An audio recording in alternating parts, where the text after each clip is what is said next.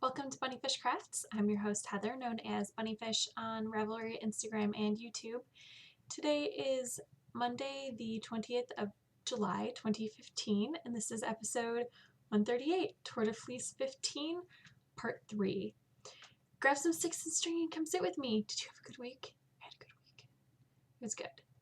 It was tiring because we had our deck painted, which meant that the children could not go outside and the dogs could not go outside unescorted, but it was good. Other than that, yeah, that was the big thing. And we're renting this house, and so our landlord, he's the one who painted the deck, and he wanted to do a walkthrough, so I had to do all the deep cleaning stuff, all of the, oh my gosh, someone who's not my friend is coming over, so I need to clean the house sort of thing. So I cleaned carpets and stuff, and it was not fun, but now I'm much happier because my carpets look nice and my house looks much cleaner. You know what I'm talking about. Anyway, I forgot what I was going to say. Small things. Small things knit along is going amazingly. I am completely caught up, even though I haven't commented on like 3 pages worth of stuff. I'm all caught up. They're all in here. And I really want to draw a prize winner. So there are 10 more days left in the knit along. So 2 more podcasts before it's finished. Is that right? No, 1 more podcast before it's finished, and then on the podcast after that, it will be finished. I can do math. I can, I promise. Anyway, I want to draw a winner today. And the option for prizes there are 4 options, and they're all 4 things. So the first is a pattern up to $4 giftable through Ravelry, a set of 4 stitch markers, a set of 4 gift tags, or a set of 4 mini skeins, which we will discuss, the winner and I, colors and things that they like. So let's see who the winner is. I'm gonna pull out right here, and the winner is Philippa MC. Philippa, post 91 for Muttered Square. So Philippa, get in touch with me and let me know which of those things you would like, and I will either gift you the pattern immediately or get something on its way to Portugal very quickly. Yay! I love when people win things on my podcast. It's so fun for me. I love when people win anything on any podcast, but especially on mine, because I really, really, really like feeling the community-ness of this podcast. Finished objects, I have 3, but one is outside drying. It is the Sugar High Cowl by Megan Williams in the Leading Men Fiber Art Dramaturg Drag Queen colorway, knit on US size 7, 4.5 millimeter needles. Okay, so I'm going to insert a picture so you can see it.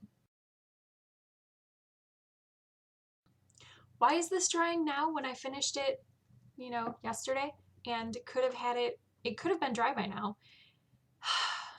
I put it to soak, and then I put it in a towel and squished out water, and then I just didn't pin it out. I just kind of left it in a lump. It smells fine. It's not gross. It was sitting there for a few hours. It's because I washed it right before I went to work, and I was like, oh no, I'll have plenty of time to pin this out before I go to work. And then inevitably things came up, so I didn't pin it out until this morning. So it's still wet. Anyway, I made the large size. There's 2 sizes, a 7-inch wide and a 8.5-inch wide. I did the 8.5, and you can see the little squiggle of yarn. I had 2 yards left after binding off. So yeah, that's for the larger size to do the full amount of repeats. That's what it is, and it was cutting it close. In the pattern, it gives you a percentage to work to before doing the end bits. I did not. I decided to play yarn chicken because it says do this number of repeats or work until you have this amount of yarn. So I went to the repeats, not to the percentage. And it worked out. The cowl is the full size that it's supposed to be. and it's really lovely. It's a very, very quick knit. The pattern is a paid for pattern on Ravelry, but it's worth the money. It's really well written. It's a pretty simple pattern. Not simple sounds bad sometimes, and I don't mean like you shouldn't pay for it to have it sort of thing. You should. It's very well written. It's got I-cord edging, so it's cast on bind off I-cord. If you haven't done that before, it explains it really well. Yeah, it's really well explained. It's a really good pattern. It's worth the money. But it's also something you could take with you knitting, as long as you were taking it somewhere where you were going to be sitting around and not moving too much.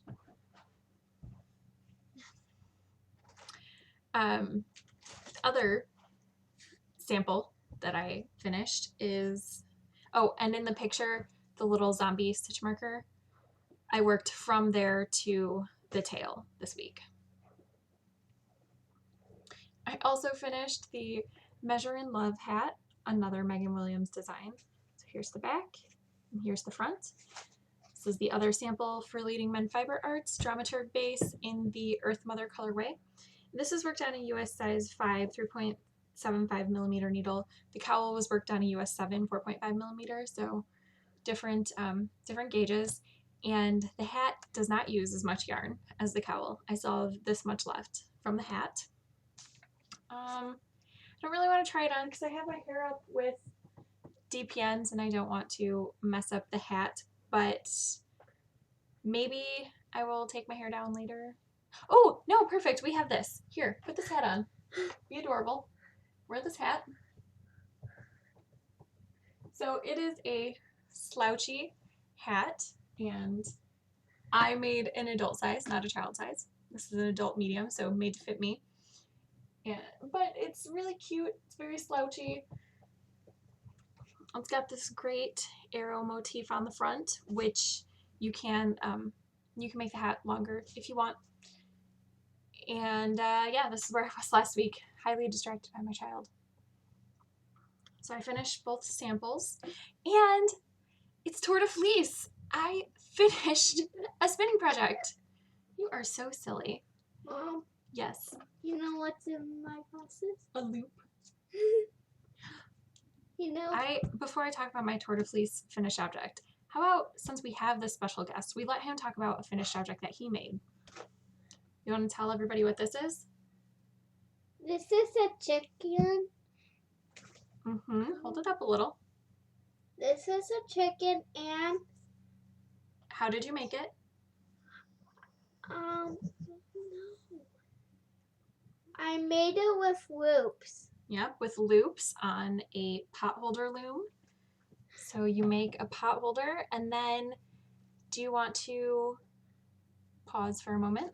We're going to do a little jump to works in progress and then back to finished objects. So he's making another one for Mara. So what you do is you make the pot holder, but then instead of finishing off these loops, if you've ever made a pot holder, you know how you kind of crochet them through each other to finish them off. You take yarn or string and crochet in the middle of each loop, and then you take that off. So that makes this edge right here. Take that off, and then crochet the loops together every other one to make this triangle. And then you, oh yeah, tell them. You can tell them. And you put stuffing in them. Yeah, you put stuffing inside. And then you take some thread to do eyes and the wattle and comb. And then you take more loops and you make a tail, and you make a little nest out of loops, which is somewhere in the house. So this is the one he finished. This is one he's making Mara, and he's done the crochet almost all by himself. I started it off because it's a little tricky to start, but I only did the first 3 chains, and then he's done the other side and a half. Yeah. Yeah. Are you going to work on that later? I thought you're going to work on it. No, you're going to finish it. It's your chicken. Okay. Take your chicken. Go, please. Thank you. So, my other finished object is this the skein of yarn. This yarn has been a work in progress for a ridiculous amount of time. It's yarn that Jenna gave me. The makeup is wool and alpaca, and it is so soft. It's not like merino soft. It's, it's a little bit itchier than merino, but I could wear it against my neck. Very little prickle factor. It's a gorgeous gray brown color. It's thick and thin because I let the fiber do whatever it wanted when I first started spinning it, and so I spun it pretty thin and then spun thicker when I picked it back up this year because I thought I had been spinning it thicker in the first place, but I hadn't. I'd been spinning it pretty thin. So I actually have an unintentional, intentional art yarn because I wanted the yarn to be a little more, I wanted it to be thicker. I wanted it to be not the smooth yarn that I normally spin. So it's actually kind of a boucle. I finished the singles, I wound it into a center pole ball, and one end was thicker and one end was thinner. So when you apply something that's thicker and thinner, you kind of get these bubble boucle things. And yeah, I really, really like it. It is 119 grams and 187 yards. So it's kind of a Aran worsted thing in most places. It goes bulky in some places and it goes sport decay in other places, but overall, I'm pretty excited about that, and it will be a lovely hat. Yay, hat! Yeah. So, are you ready for more Tour de Fleece? Because that's mostly what I worked on this week. Finished that skein, and at the beginning of the Tour de Fleece, I set my goals, and it was to spin 15 minutes a day on the green fiber, which I've been doing, and I finished spinning the singles. So here are the singles in my pickles jar and my random paint dyed mason jar. And now I am plying. And depending on fluff factor, this will be a fingering weight or a light sport, but I'm hoping that it's fingering. I don't know. We'll see yardage and all that when I'm finished. It's a really long-term project, and control is sometimes an issue with long-term projects. Not always. If it's really easy to see what you've been doing, it's not so difficult to control. But also this Icelandic, it's a little more difficult for me to spin as thin as Josh wanted it. More difficult than like merino, which just does what I want it to. This has longer staple, and it has I don't know if it actually has guard hairs or if it just seems like it has guard hairs. I don't know a lot about Icelandic, but it's definitely got a fuzz factor to it. Halo.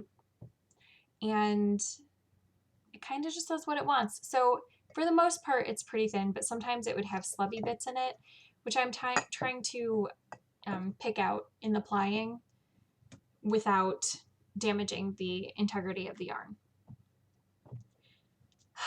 I really, really want to have this finished, like completely applied and everything by the end of the tour, which I think is the 24th, but might be the 26th.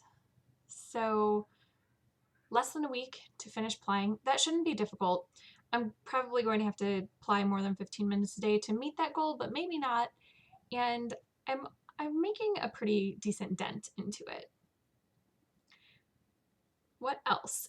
So applying that, I'm still working on the Painted Tiger fiber. Oh, I have a story about this. So I had a little tour disaster. I was spinning, I dropped my spindle, and it broke.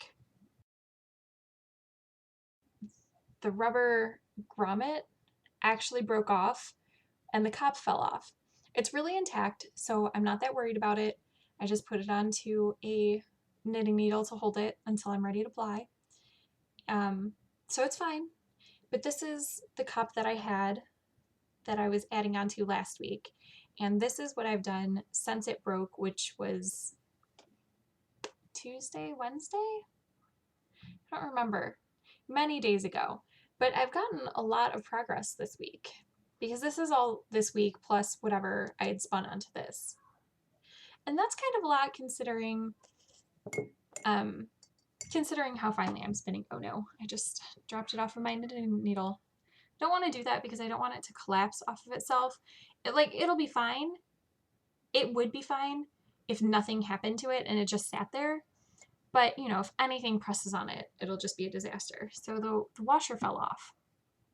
The grommet, whatever it was, that fell off. So I, luckily right at the end of my spinning quota for the day, because 15 minutes on the green project and then 15 minutes divided among any of my works in progress, of my other spinning works in progress, which I have not done, but I'll tell you about that in a minute. So I broke it and I couldn't spin, and I tried to go to the store that night, but I ran out of time before work. I went to a different store and it took longer than I expected. So I went the next day and went to the hardware store and purchased these O-rings. So they're just little rubber rings. I think they're rubber. And they're in the hardware store in the plumbing section. I found one that I took the O-ring off of the spindle and I held it up because they have this nice little actual size. And my O-ring was right in between sizes, so I opted for the small one so that it would stretch and hold, the smaller one, which I think was the right plan because I don't want it slipping around because it's too big. So fixed my spindle, and I'm actually really glad. So I got the spindle in a swap, and it was a what's it called? Like a stash busting swap sort of thing. Basically, the idea was to take things from your crafting stash and things that the other person would enjoy but that you're not using. So old project bags, spindles that you don't use anymore, yarn that's been sitting in your stash forever that you're not using, mini skeins, stitch markers, that sort of thing. And, not just from your craft stash, but I was also sent some tea and things. Basically things that you already have, you're supposed to draw from that. So there was this spindle, and when I got it, it was a little bit wobbly. The bead didn't want to stay where it was, and so I was a little bit about using it, but it was the right size to go in the water bottle that I got for the zombie apocalypse. So I took it and I started it, and it spun okay. I was actually pretty surprised.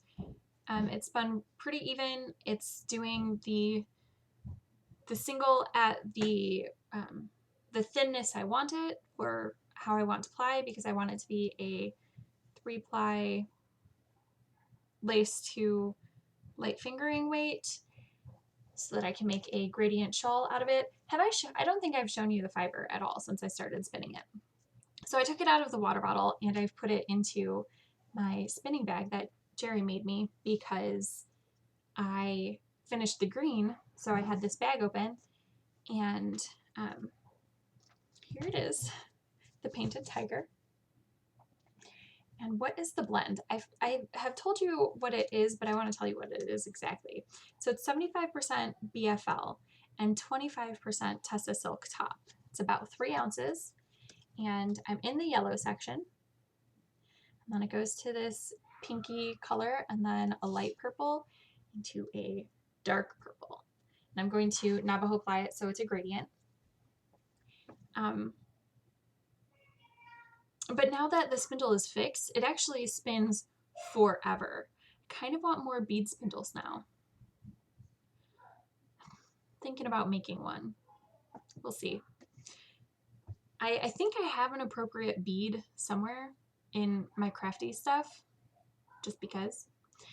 So I'm kind of thinking about making another one because I really, really, really like the way this one spins. I love my other spindles. All of my other spindles are great, and I'm not saying this is my favorite because it's not, but I really like it. So if you haven't tried a bead spindle and you come across one that's just a little bit wobbly or looks like it's not super well put together, check out the plumbing section of the hardware store because now it spins brilliantly. It spins forever. It spins longer than a lot of my other spindles. That's why I like it. I mean, I don't mind adding, like, flicking the spindle as I'm spinning it, but this one, you just give it the initial flick and it spins longer than it takes me to do a length of fiber, which I normally do standing up, so it's with my hand over my head. And some people say not to do that, but that's how I like to spin, and it doesn't bother my muscles at all. So I'm gonna do it until it does. Okay, the reason why I'm kind of in trouble with myself for my goals is because I'm supposed to be spending 15 minutes on work in progress things that were works in progress before I started the Tour de Fleece. And I was doing really good when I had the brown, but then I finished the brown. So I've been doing 5 to 7 minutes on the yellow fiber. And I picked up another work in progress, but I've only done a couple lengths of spinning on this. This is my oldest spinning work in progress. I started this, I don't know, 3 years ago, and this is the first turtle. I have 8 ounces of this, and this is the first turtle. I've barely made a dent in the fiber at all, but it's lovely. It's this blue and brown. It is the Carnival Bears colorway by Hippie Penguin. It was a club colorway in the County Fair Club, I think it was, that Hippie Penguin and Spartacus Dyes did together. And it's lovely. It spins beautifully. I love this spindle, but I don't know. I worked on it and then I set it aside. I think it's because maybe this isn't 3 years old. Maybe it's only 2 years old. When did we do the hand spun sock knit along? Because I started this right after we did that because I spun that sock yarn on the spindle. I think I applied it on my CD spindle, but I spun the singles on this and then I started this. Whenever that was, that's when this was started. That was a long time ago. So I've done a couple lengths on it. I should be doing, the making up the difference from the yellow fiber on this or either of my other spinning works in progress, which I think the only other ones that I have other than this one is the spinning and applying of the Gourmet Stash tribbles. But I haven't been making up my time there. I have been bad, and I started a new spinning project. I couldn't resist. I bought this fiber. Well, I didn't buy this fiber. Josh bought this fiber for me. My bangs have been driving me crazy. I kind of want to cut them, but I really like the length they are. I just want them to stay like this without being clipped or anything all by themselves, which isn't happening. Anyway, Josh got me this fiber last year at the ZK. It's hobbledehoy.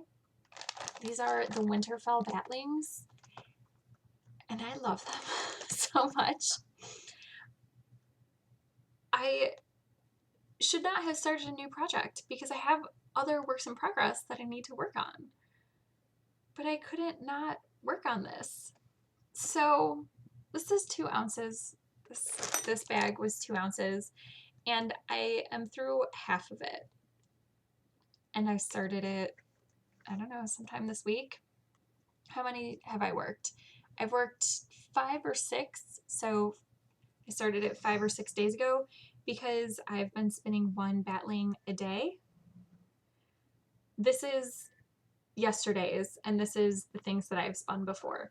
Because when you do a supported spindle, instead of winding off what you spin immediately onto the cup, you make a temporary.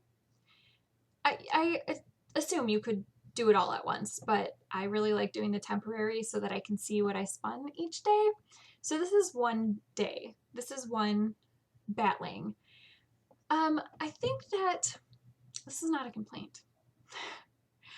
I think that the first two batlings that I pulled out were quite small compared to the others. Possibly one batling, or those two batlings equaled one of each of the other batlings, because the first day's fiber, there was not this much on my temporary cob. But I'm okay with that. It was just enough to get me back into remembering how to support spindle, because I haven't used my supported spindle since last year Tour de Fleece, which is terrible. These are art bats, so the makeup is, let's see, Targi, Soy Silk, Sari Silk, and Sparkle. And I am kind of just letting it spin as it wants. I try not to have too many big slubby bits, like that's as thick as I want it to go. Right there, sorry. But it's got the Sari Silk, so it kind of does what it wants, and it's just hobbledehoy, and yeah, hobbledehoy is brilliant. Liz is brilliant. I love this. It's definitely an art type yarn, so I'm trying to decide if I want to. I don't think I want to leave it as a single. I might, but I don't think I want to. I want to make another hat. I'm obsessed with the Capucine hat. I love it so much. So I think that's what I want to make, or maybe a cowl. This could be fabulous as a cowl. So I'm trying to decide if I want to leave it as a single. It's thick and thin. It's not particularly even, because I'm not really worried about it being even. I want it to be an art yarn. I like it's intentionally not even. So I want it to be an art yarn. I don't know if I want to leave it as a single. Is that okay with Sari Silk put into it to leave it as a single? I don't know. Someone out there who knows, please let me know if I can leave it as a single. Or I might ply it on itself, which would even it out in some places, but then also exaggerate the thickness and thinness where those pieces met up. Or I might try plying it with a thread, like a silk thread, like a commercial silk thread. So I don't know. What do you guys think? Answer in the thread for this episode, because I'm definitely not waiting an entire week before applying this. I have 4 batlings left, and I haven't spun today, so that's, by the time this gets uploaded, I'll only have 3 to go. So I'll be spinning 1 a day and then letting it rest overnight and then plying it, because I love this so much. I love this so much. I'm being text bombed, but my phone is back by my bookshelf, so I'm not going to look right now. They can wait a moment. I would guess it's either my sister or Haley. Might be someone else, but those are the 2 people who have texted me so far this morning. Anyway, I'm loving this spin. Hobbledehoy, great stuff. So far, I've spun a braid of her fiber. I spun it for Josh. I don't remember what it is. The Shadow Walled colorway. I don't remember the makeup, but I'll insert a picture, and the picture will have the makeup on it. And that was really great. It spun up very, very nicely. It was a braid of combed top, so it spun up into a 2-ply fingering weight beautifully. And this is her batlings, which are more art yarn. I'm sure she has smooth ones. Josh picked up some, so she had to have some smooth ones. But this is definitely more of an art yarn, and I love it. So she's great for, as far as I can tell, she's great for whatever type of spinning you are into. Other than spinning, so, okay, I started a new thing, but I should be working on my work in progress. So I kind of feel like you guys should probably be like, hey, don't forget you have these other projects. but I just couldn't not spin the batlings. I've been wanting to spin them since last year at the ZK, but I was prioritizing Josh's spinning and then I just stopped spinning. So maybe after I finish the hobbledehoy batlings, I will really, really try to make a dent in the others. The other thing though is that all of my other spinning projects are very fine and very the the green one is a 2-ply fingering weight. The other 3 are 3-plies. 2 of them are lace weight, 2 light fingering. Well, one I really want lace weight. One I'm okay lace weight to light fingering, and then the Carnival Bears I want a fingering weight. So they're all really, really thin, and those were all of my works in progress. And this one was thicker, but now it's over. So it's okay to have this hobbledehoy, right? Because it's thicker and it's just kind of quick and dirty and whatever it wants to be. I'm saying this so that I can justify what I want to put on the spindle next, which is that that art bat from Marilla Fiber Arts. That might start immediately after I finish this hobbledehoy, just to keep different. It's like having different knitting projects on with different yarn weights and stuff, so that you don't get fatigue and you don't start hating all your projects, right? If I'm making this up and you think that I'm, just justifying things, please let me know. Because I might start that bat if nobody says, hey, you should work on your other things. But I have a work in progress that is knitting related. It's not all spinning over here, just a lot of spinning. The only thing that I worked on, I did not work on the Haleakala, or however you pronounce that, Cookie socks, and I did not work on the Zipper Hexagon socks. That's not so good. But I did work on the child tube sock, and of course I didn't put a marker in. That would be too easy. But I don't think I was to this section right here. I think I was in this color last week. Yes, because I had just started this ribbing section right here. I remember. Okay, so last week I thought I was at the halfway point, but then I measured against the scar on my arm, which you probably still can't see. No, you're just not going to be able to see it. It's there. I'm going to put in a picture so you can see what I'm talking about. So I measured from my fingertip down my wrist, and my scar is right here. And the other kid's socks go down to the top of that scar. And I was like, that's not halfway. So my gauge on these circular needles is different than my gauge on magic looping. That makes sense. I have to hold the needles differently. My gauge from magic loop to DPNs is different. So that makes sense. And I realized that I would have to knit longer on these because these are knit at a tighter gauge than on Cecilia's socks. So I'm actually putting in I'm working on this panel that I'm putting in, which is 20 more rounds. So instead of the 20 and then 40, I'm doing 20, 20, and then 40 on these socks. And then, so I have, let's see, I have 45 rounds to go, and then this sock is finished. And this is my at work knitting, like when I'm on break or when I'm running a break at the fuel center, I work on these. So I don't get a ton of work all the time, but I try to work on them a little. We have a cat visitor. He is meowing because the dog is laying on the floor behind me. Sorry about that. I am knitting those on US 1 2.25 millimeter needles on 9-inch circulars, which I really, really like for socks like this, where it's really, really simple. You don't have to think about it. You can just work around and around and around. It's nice because when I'm working the fuel center, I'm actually not supposed to be doing anything.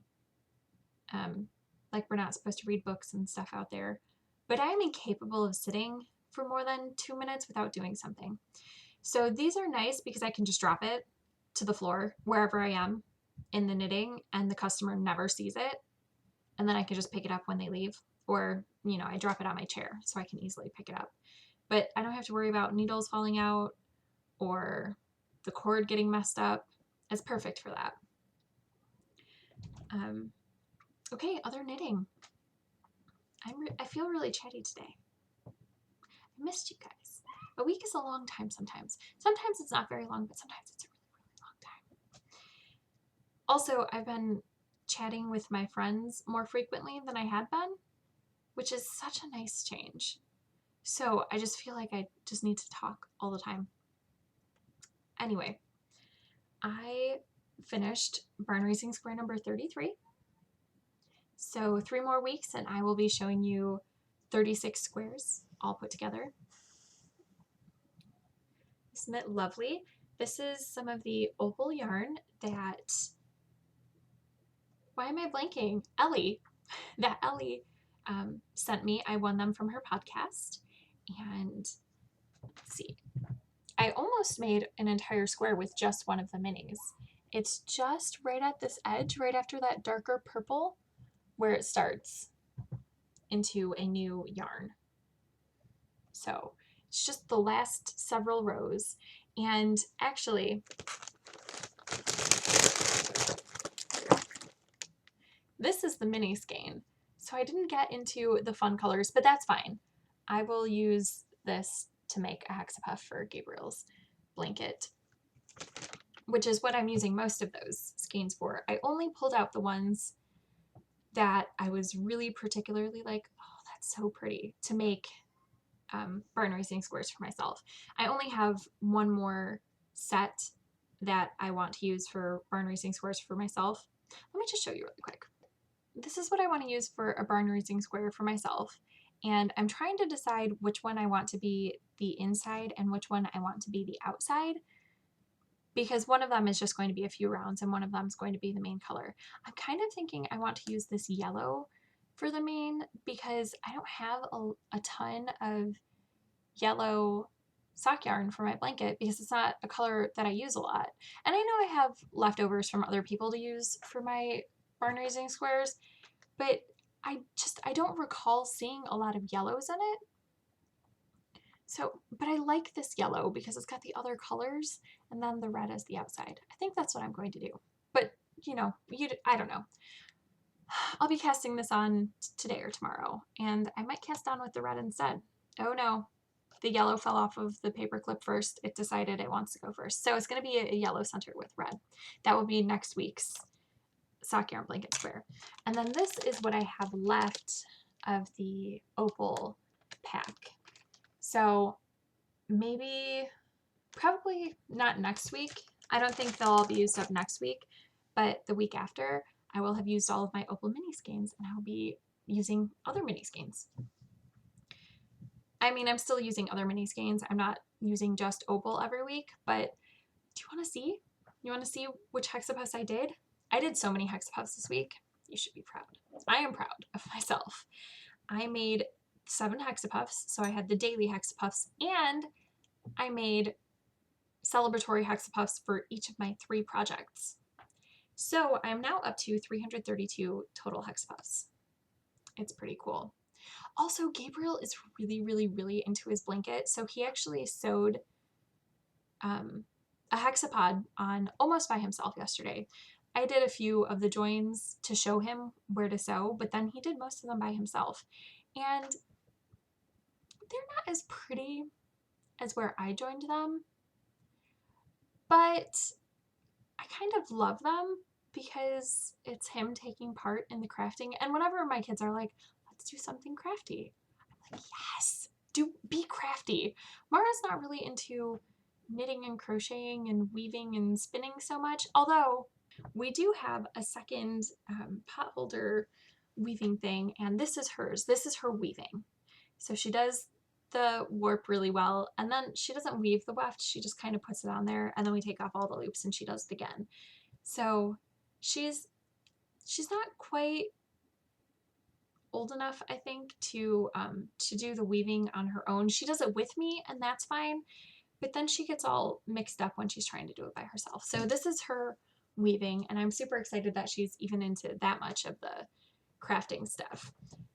And when she wants to spin, I let her play with my spindles with me, with supervision. Gabriel has his own spindle, but Mara's not quite there yet. So I just love that. And whenever she's like, I want to draw, as long as she doesn't want to use my really expensive um, art supplies, I'm usually okay with it. Even when she wants to use some of my expensive ones, the ones that I'm like, well, probably not going to use that anymore. Like, I like oil pastels as a medium, but I haven't felt the urge to use them in a long time, so I let her have my cheaper set. The good set is still put up for me. Or maybe for her when she gets older, she really likes oil pastels, but the kind of cheapy set, I let her have. Anyway, I made 10 hexapuffs. This is opal, and so is this one. I was really feeling the grays and browns this week. Well, I guess not gray and brown, just like traditionally man colors. This is opal. And then this is a celebratory hexapuff that is half opal. It's striped with this brown color that I got from my friend Becca. She gave me a big ball of brown yarn that was left over probably from knitting socks from for her husband. Um, this is from my friend Claire at my knitting group.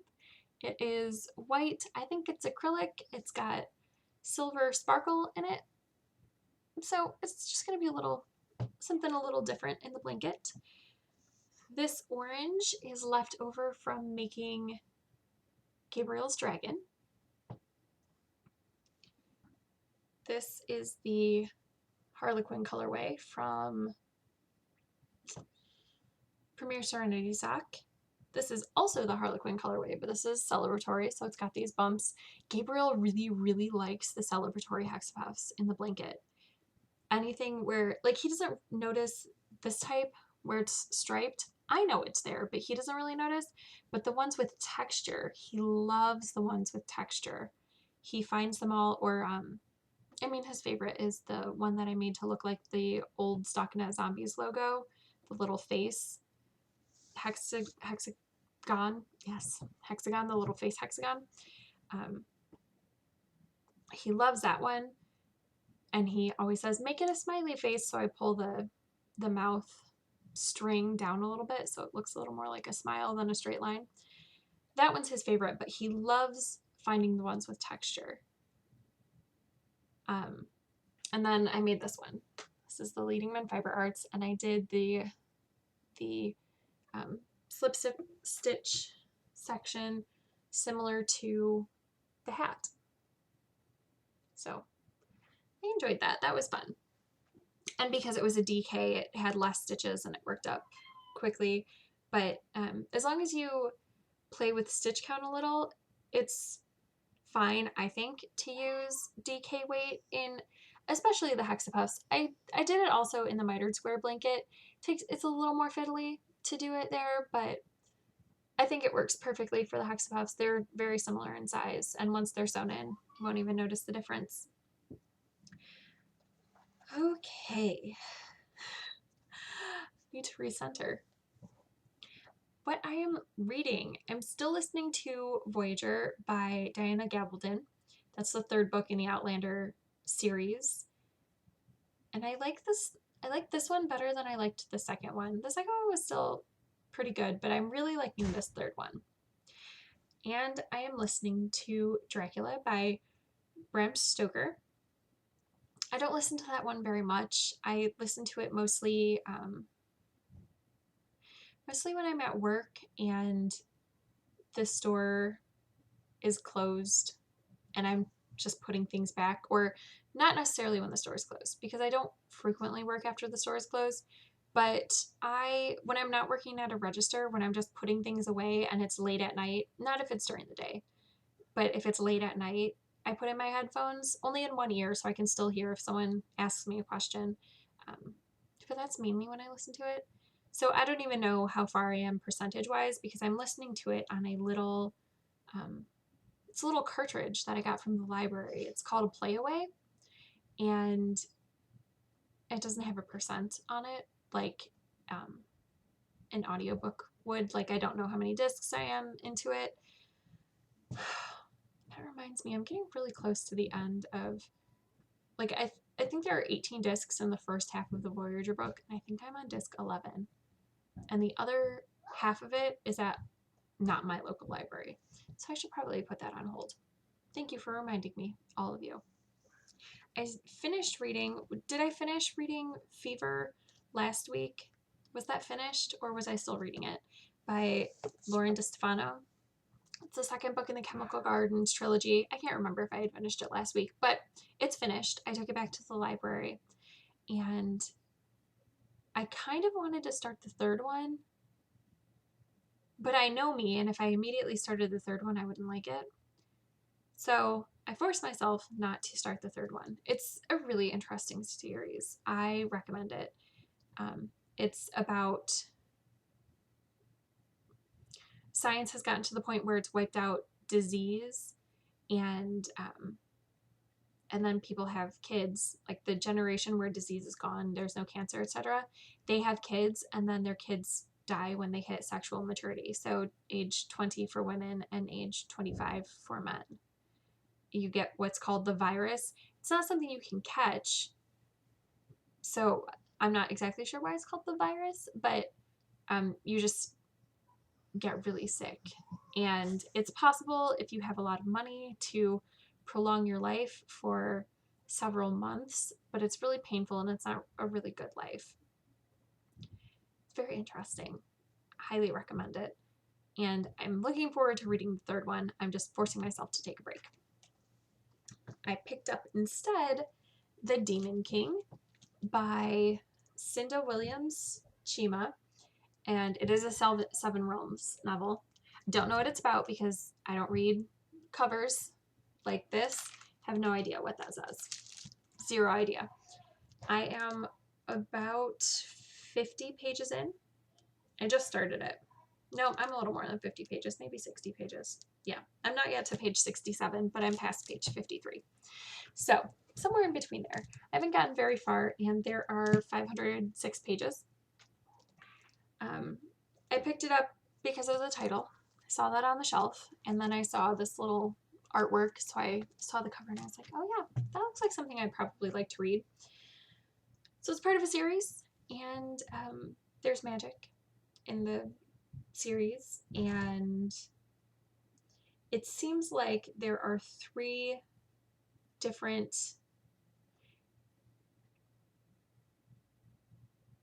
how to explain. So I'm not sure if they're supposed to be like Native American, but there's a group of people who remind me of Native American culture, which I'm very ignorant about. I will admit that I'm pretty ignorant about it, but that's what it reminds me of. So there's that group, and they live in the mountains, and then in the lowlands there are common people. So basically European sort of thing, and there's a queen and a king over those people. The Native American type people are not ruled. They have a matriarch. It's not really a ruling system, but it's kind of like an elders thing. And then there is a wizard class. They're the wizards, and they live with the common people, but not with the common people. Like, they live in the lowlands, but they are a higher caste than the common people. I'm really just in the beginning of the world building. It's not modern times. It's, I don't know where I would put it in history, because it's not historical. It's, it kind of reminds me of like a Game of Thrones-ish type setting, but young adult sort of thing. Yeah, I'm really enjoying it so far, but I haven't been reading that much because just haven't been, which is why I'm only 60-ish pages into it. I like it so far. I'll tell you more about it next week. And now on to new things. I have new things from the ZK. I do not have, oh, that, I almost lied to you. It wasn't going to be intentional. I have from Claire, she gave it to me yesterday, just this little tiny ball of leftover yarn, and it is Nerd Girl Yarns. She got it at the Kentucky Sheep and Fiber Festival this year. So Nerd Girl Yarns in the Bounce and Stomp base and the Multiverse colorway. So that is going to be a hex puff this week. I don't know if it's quite enough to make a full hex puff. It'll be really close. So it might get matched up with something else. But I got that, and that is non-ZK related. But onto ZK stuff. So this is all D-stash stuff. I decided it was time to do my D-stash things. I found on the D-stash table this gorgeous fiber from Into the World, which I've never spun Into the World, and I want Into the World, but you know, I don't, with the exception of this past month, I don't usually buy a lot of things. So this was on the table, D-stash for $10. It is 4 to 4.3 ounces of Cordale. It's the club colorway from 2013, October. It's 221B. So it is purple and gray and pink, and it's just gorgeous. You might remember last year, Tour de Fleece, I spun up a colorway that was similar to this. It was called Blackberry Truffle from Cloud Lover. It was a little bit different, but it was similar-ish to this. I just really like these colors, the pinks and the grays together. And it was Into the World for only $10 and no shipping. So I couldn't pass it up. There was actually another thing of fiber that I really, really, really wanted to get. It was gorgeous green, but it was from the luxury club. I think it's called the Luxe Club, and I had cashmere in it. I was so sad. I really wanted it, but I can't spin cashmere. I mean, I can't knit with cashmere without my hands being bothered, and when you're spinning, fiber flies everywhere, so I can only imagine, especially cashmere because it's a short staple length. I'm sure that would get everywhere, and that would just be a nightmare. So I didn't get that one. But someone did, which is good, and I hope they love it because I'm like this much jealous. It was so pretty. Okay, other things. This is Frolicking Feet, Done Roving Yarns in the color Mandarin Lime. It's 100% superwash merino, and it is gorgeous. Love it very, very much. And Corey was destashing that, so it's perfect.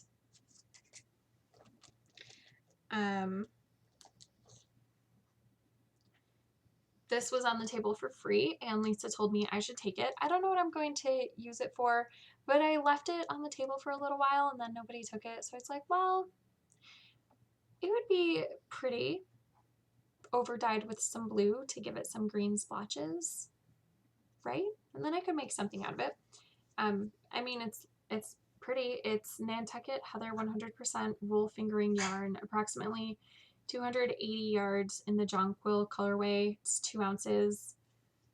So, yeah. It's pretty. I don't know what it wants to be when it grows up.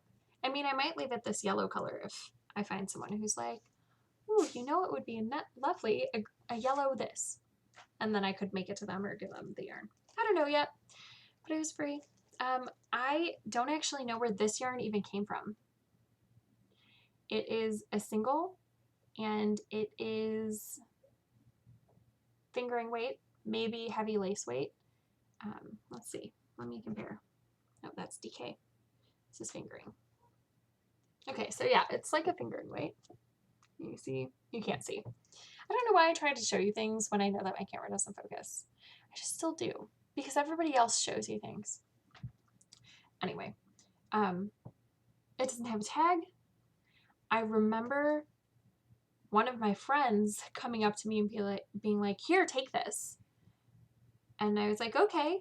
But I think I was talking to someone at the time and I put it in my bag. So I don't even remember who handed this off to me. And like I said, there's no information on yardage or anything, but it's really pretty. And it feels like a merino non-superwash. It's really pretty. But again, I don't actually know where that came from. Okay, those were my de-stash table things. I have a bag to show you this week, and it is from Slip Stitch Studios. So here's the Slip Stitch Studios tag. There's the little sheepy, and it is a zombie spindle bag. This was Silvani's fiance's door prize, I think.